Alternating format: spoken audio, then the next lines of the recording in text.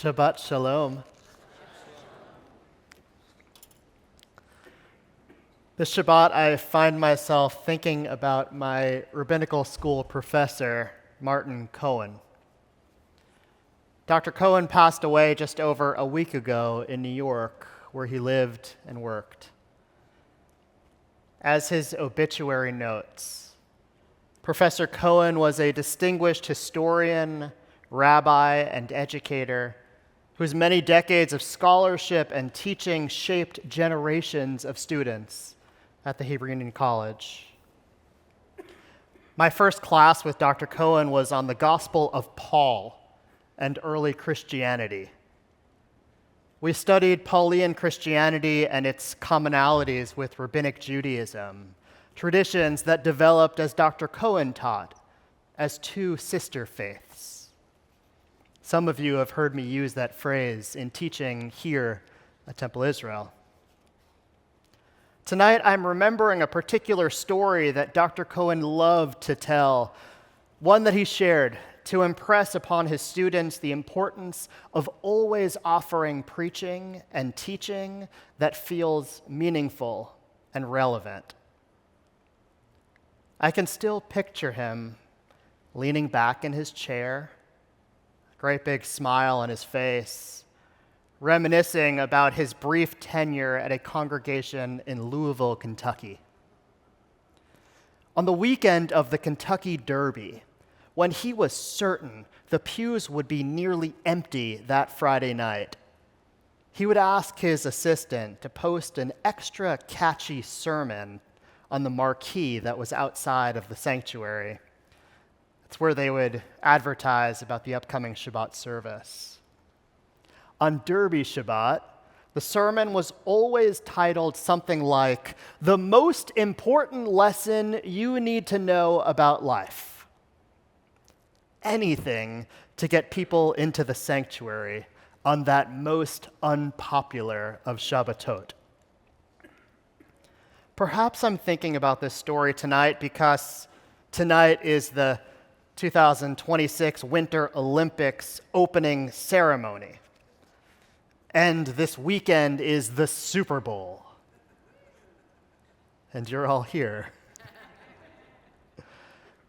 Shabbat attendance at Temple Israel is strong. But let's be honest, there are many competing, shall we say, Shabbat opportunities this weekend.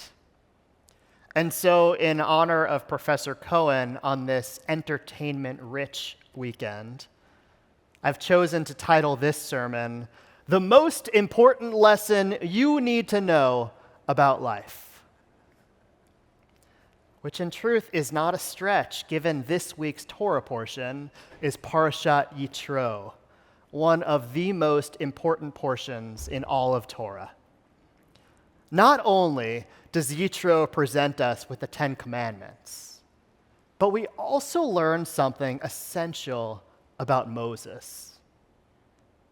The text describes Moses sitting as magistrate among the people, while the people stood about him from morning until evening. They incessantly demand from Moses that he interprets their dreams and judges their situations quickly and constantly. It feels familiar, not so different from our fast-paced lives, with its 24-hour news cycle and societal expectation of instant gratification. No rest for the weary, no time to think through. Observing the frenzied scene around him, Moses' father-in-law Yitro says to him, "Hadavar asher ata oseh lo tov." The thing you are doing is not right. You will surely wear yourself out, and these people too. For the task is too heavy for you. You cannot do it alone. About this verse, Rabbi Lord Jonathan Sachs taught, interestingly, the sentence, "what you are doing is not good," lo tov, is one of only 2 places in Torah where the phrase not good occurs. The other is in Genesis 2, which reads, "It's not good for human beings to be alone." We cannot lead alone, and we cannot live alone. This is one of the axioms of biblical anthropology. The Hebrew word for life, chayim, is in the plural, as if to signify that life is essentially shared. We say it often because it's true. We are better together. Community matters. And here's that important lesson. We share this world with people with whom we agree and people with whom we disagree. Tonight, we share this sanctuary with people with whom we agree and disagree. Many of us share offices, classrooms, and even dining rooms with people with whom we agree and disagree. That's our reality. And our families and our synagogue community and our nation and this world are better because of that diversity. Yet we live in a moment that rewards speed over thoughtfulness, reaction over reflection. We indulge our most instinctive and often harsh judgments. In our hastiness, we are too quick to judge. What would it look like if our first instinct in moments of conflict was mercy rather than judgment? If our first response aligned with the divine attribute of rachamim, not din, mercy, not judgment?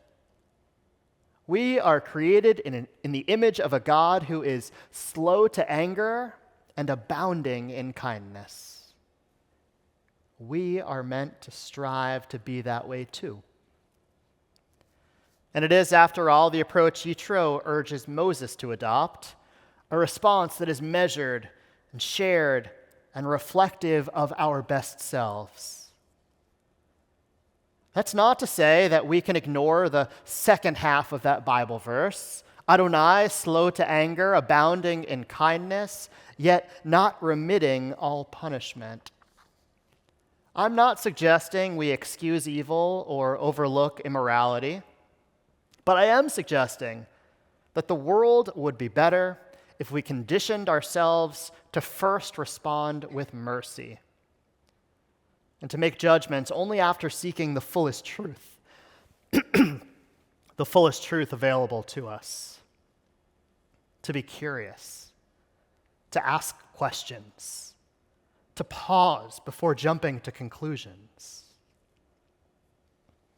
In a world that feels all too broken, we owe each other nothing less. Pursuing tikkun olam is not only packing school supplies or donating to disaster relief. True repair happens one-to-one, relationally, when we choose to see one another with patience, with humility, and with compassion. And this, I believe, is exactly what my beloved professor, Dr. Cohen of blessed memory, meant when he taught life's most essential lessons.